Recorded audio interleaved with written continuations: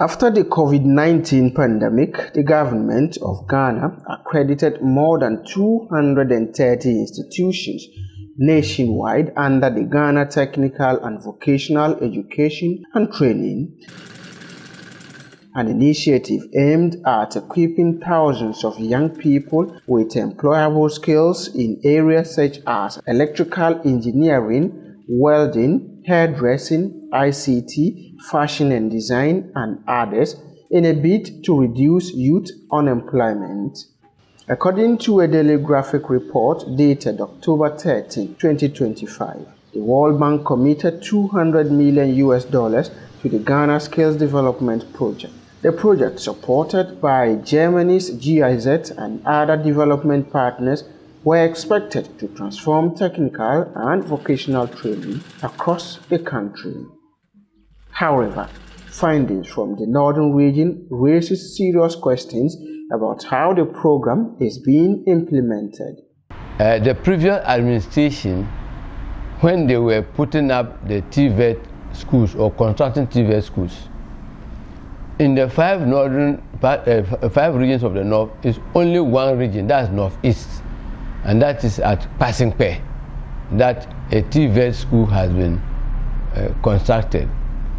So if TVET is so important, and out of 5 regions, only one region, was it the case that anybody, any student, any young man or woman who wanted to have TVET education should have to travel up to Walwale for it?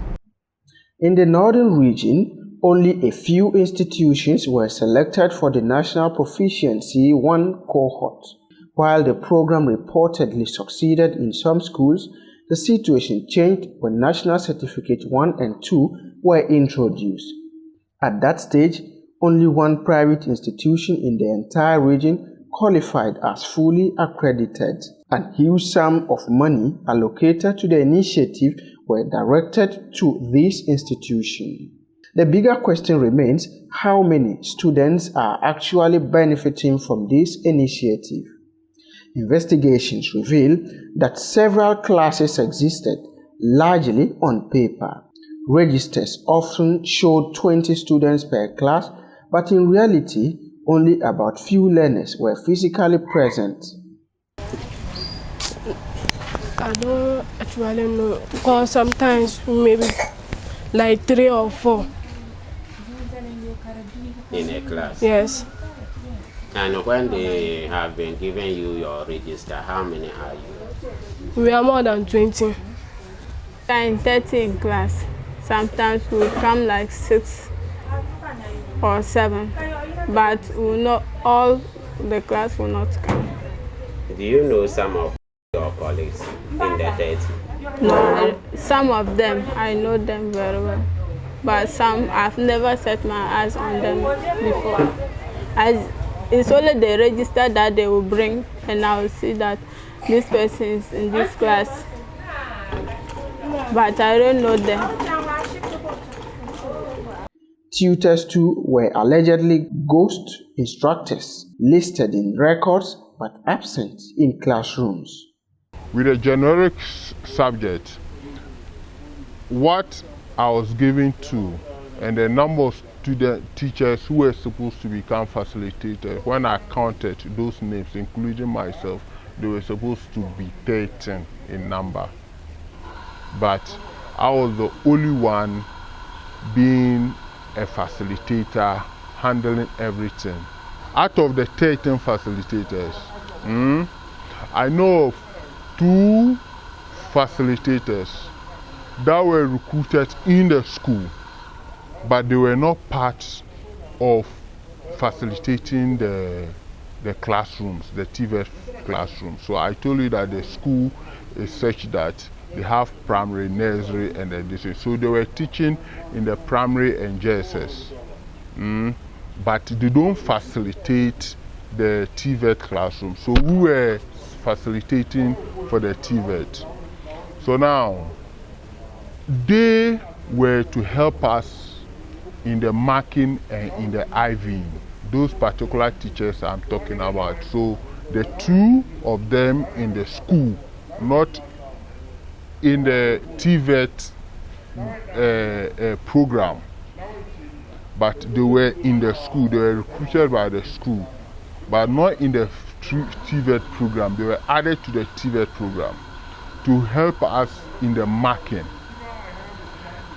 and writing for the students. According to our investigations, Springfield Academy reportedly ran multiple training programs with 20 or more students per class, divided equally between garment construction, hairdressing, fashion and design, carpentry, and others. These classes were held on both weekdays and weekends, a system that allegedly inflated the reported number of active learners. Even a lot of facilitators came and left the place because of the stress. Monday to Sunday, including weekends. You won't believe it. So now you be in the school up to evening.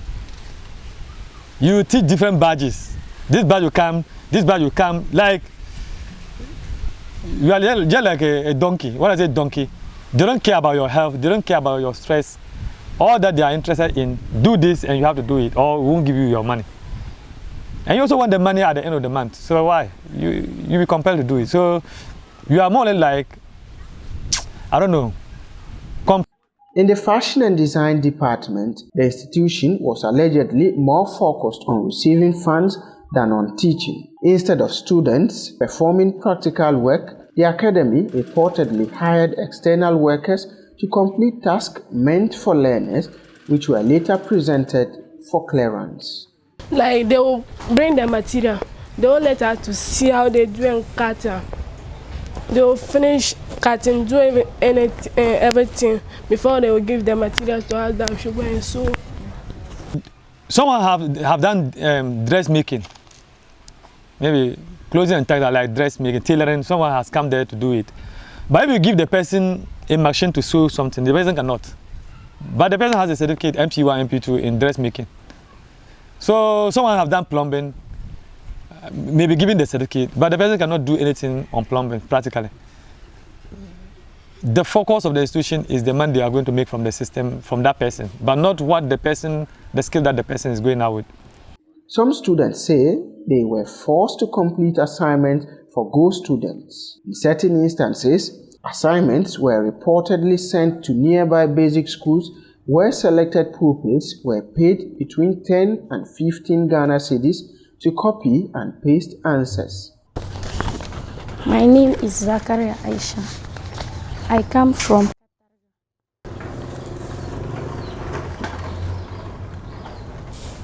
Which school are you attending? I am attending junior high school. And which class? I am in basic 7.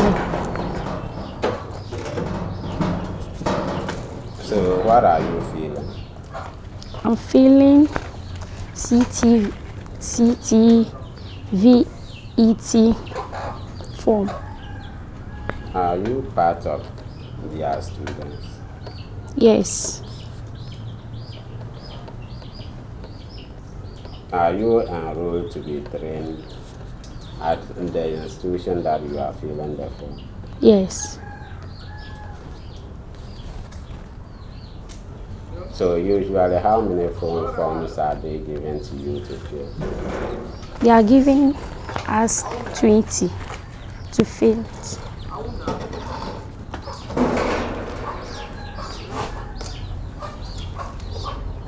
Is it all the time that they are doing that or once a while? No, once a while. Like approximately how many months? Every Fridays that they are giving us. Do you know where the school is? Yes. At where? Tipoli.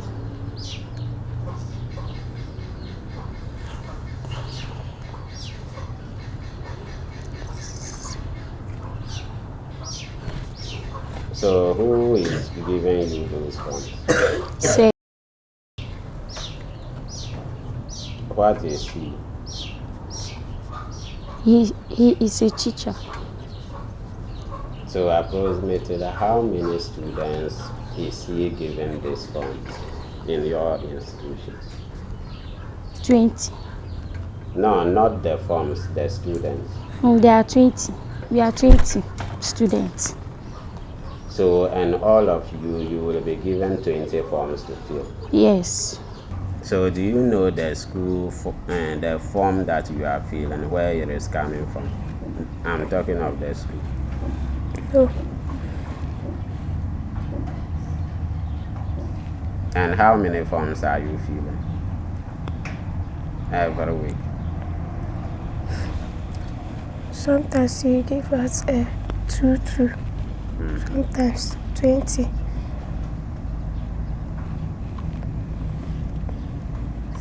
So do you know the people that you are filling the forms for? No. So can you tell me what is it about, what you are feeling? Do you know anything about that? Yes. It is about what? Spiritual academy complex. Yeah. So it came at a point where the number was so overwhelming. And once the number was so overwhelming, you have to also send it home. Get students to help you fill the assessment instrument for you to bring it back. Because if you don't bring it back as the exact number, 20 you have taken from the printing units, you will have to fill it. The printing units must take 20. As to how you do and get a 20 filled, you have to do and get a 20 filled. And the other people you have actually given, they ask you this thing. They'll also go and write and come and you count 20, 20, 20, 20, 20, 20, 20, 20, 20. And once it's out, you label the class 3G, 4G, they are 20. Then you mark, they are all achieved and everything, and give it out. The outside student, yes, some of them, I have to give them something. Seriously, because like, it's not easy to come, sit down, 20 assessment instrument. You are writing the same thing. Not that you write and what I've written for this particular is the same thing. It's like photocopying it. One of the most disturbing revelations involves Idrisu Zubeida, a tutor who attended the program's opening ceremony. She later discovered that her name had been listed as a student at the institution. She reportedly stated clearly that she could not participate in such courses due to her work schedule and expressed shock that her name appeared on the student register. It's only once I went to Springfield Academy that the work couldn't tell with my work because the schooling. I can't be working at the same time. Me, myself, I decided to stop. So if you go for my name and then use it too, then that is that one in your God, because I didn't ask anybody to use my name to go for any beneficiary. Despite the scale of these programs, the academy allegedly employed only one instructor to teach science, social studies, and entrepreneurship across all weekday and weekend classes. This instructor was reportedly responsible for teaching certain examinations and marking scripts for multiple programs. How can one facilitator be handling over 5 or 10 classes, overwhelmed with documents, marking, facilitating at the same time? So I believe facilitators are shortchanged, because at a point the commission people came to the place and they raised this question. They raised the question, the ratio of the facilitators to the learners. And I think a whole lot of underdealings goes on when it comes to the facilitator remuneration. More troubling are claims that instructors were forced to sign examination scripts on behalf of non-existent tutors, allegedly to create the impression that the academy met staffing requirements tied to TVET funding. So their names were part. So we use those names. We use those names to generate the distance for them. So he wasn't part, he doesn't IV, he doesn't facilitate, he doesn't mark, but his name was what? Captured there as a facilitator. But he's actually a worker for the school. I get in it. He's a worker for the school. Unlike the other two, I'm telling you that they actually were my attaché to help me do the writing of the script and the marking of the script and the IV of the script and signing ghost teachers' names who were not even part of the program. We have not sent to be part. There's only one fellow I know was my classmate. I get in it. I know his name. I get in it. As to whether he's even the one, but that name sounds as my classmate's name, because do I say my classmate? My schoolmate. All the work that you are doing is crook work, or that kind of fraud. So your conscience, you feel like you have participated in something that is not. Imagine forging someone's signature, and that money will come, so you not even spend that money. The alleged scheme extended to student attendance. 2 individuals were reportedly hired solely to take daily photographs of learners, including weekends. These images were stored in a database and later uploaded to a TVET portal as evidence of student participation.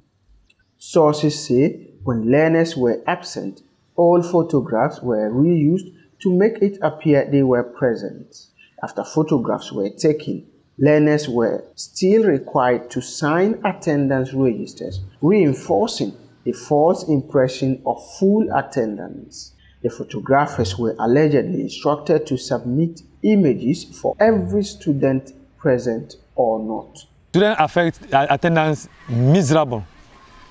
Imagine a class example, a class of, let's say, 100 or a program of 100. And when you come to the school physically, you get at least 5 students representing, less than 5 students.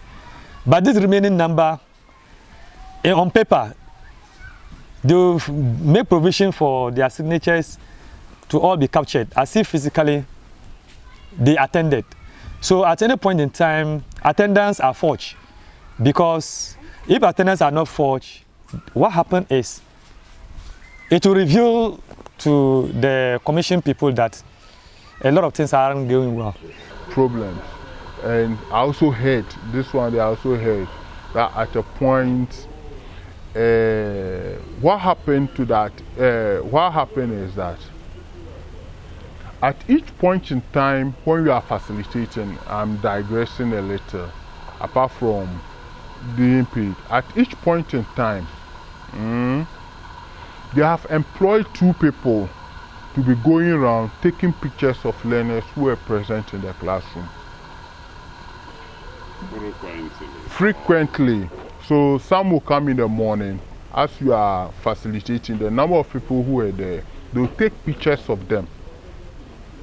Then in the afternoon, they'll go around and then take pictures of them. And what I've seen is that they have a pool. You know, when the program first started, all the students came, they took all their pictures and kept them in the database. So they have kept them in the database, and they know this student picture is for this particular class, this student picture is for this part. They have labeled them correctly. So when they come to take your picture, when I'm facilitating, they come and take the picture. They'll go and upload it as you present in the classroom. So those who are not present, they'll go and take the old pictures they have. The old pictures they have actually taken to fill in the gap that out of the 3 students who are in the classroom teaching, all these 20 students was present in my lessons. I get it. The only faces that will change is that those who come regularly, you know, they change in shirts.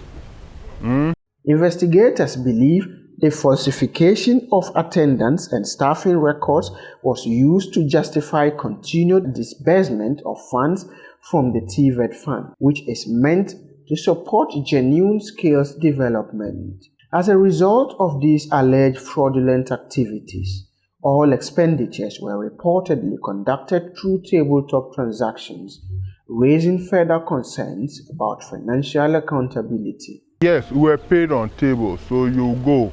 We were paid 2,000 every month, so it was a tabletop. So every lot, so if I'm having every lot, once I'm able to successfully deliver my 2020 script for all the, the 40 classrooms, that's 20 per class, because 20 for the weekdays, another 20 for the weekends. Once I'm able to deliver for all the 40 tracks, within the month, within the lot, you go and take your 2,000 Ghana. These alleged activities reportedly occurred in the full view of the Regional TVET Secretariat, National Directors and Supervisors, suggesting a collective failure of oversight by authorities responsible for monitoring the program.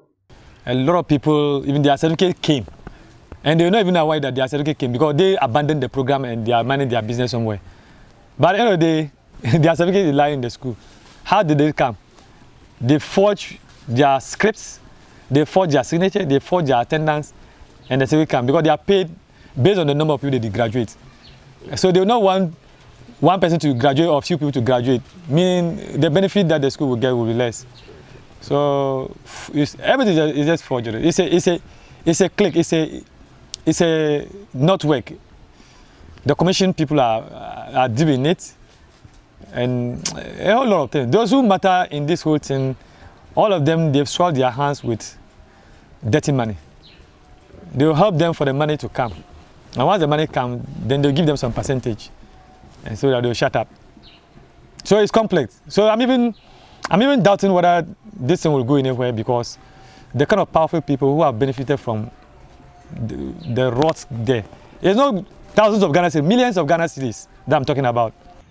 Education stakeholders are now calling for stricter supervision and accountability within TVET institutions, warning that such practices undermine the credibility of vocational education and deprive deserving young people of access to quality training. There have been lapses in the educational system of the country, and I'm happy the NDC has come to reset it, and I'm waiting for the resetting.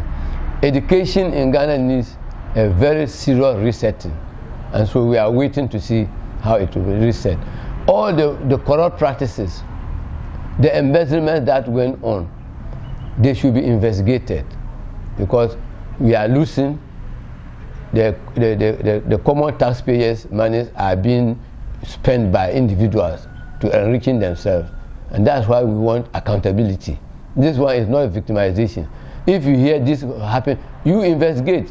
If the person is guilty, that person should face the rigors of the law. If the person is found not to be guilty, the person goes scot-free. But if you leave things uninvestigated, then how will you know those who embezzled and those who didn't embezzle? Proper investigation should be done on it. Proper investigation should be done on it. You get it? Because at the end of the day, investigation is not done on it, the state is milk. Number one. Those people who they sponsored, I'm told German government and other donors are sponsoring this program to make sure that the unemployment situation in the country, the youth will acquire some skill, and this skill will help them to be employed, self-employed. But the reality is that that's not what is happening. So one, they are milking the state, because the state also has some contribution that they are making. They are destroying the future of those young people who are going there, because when they go there and complete, they don't get better. Because at the end of the day, the real thing that they are supposed to do, they don't get it done. I advise IOCO, Economy and Organized Crime, BNI, these state institutions which are in charge, the Office of the Special OSP, they should come to the institution and do their own findings. What I've even said, they will even find more rot to that than I'm saying, because the commission, the reason why I want commission not to be part of the investigation is that the commission people are in the pocket of the director of the place. For now, questions remain unanswered as authorities are yet to publicly respond to these allegations. Brahma Abdulmajid's report.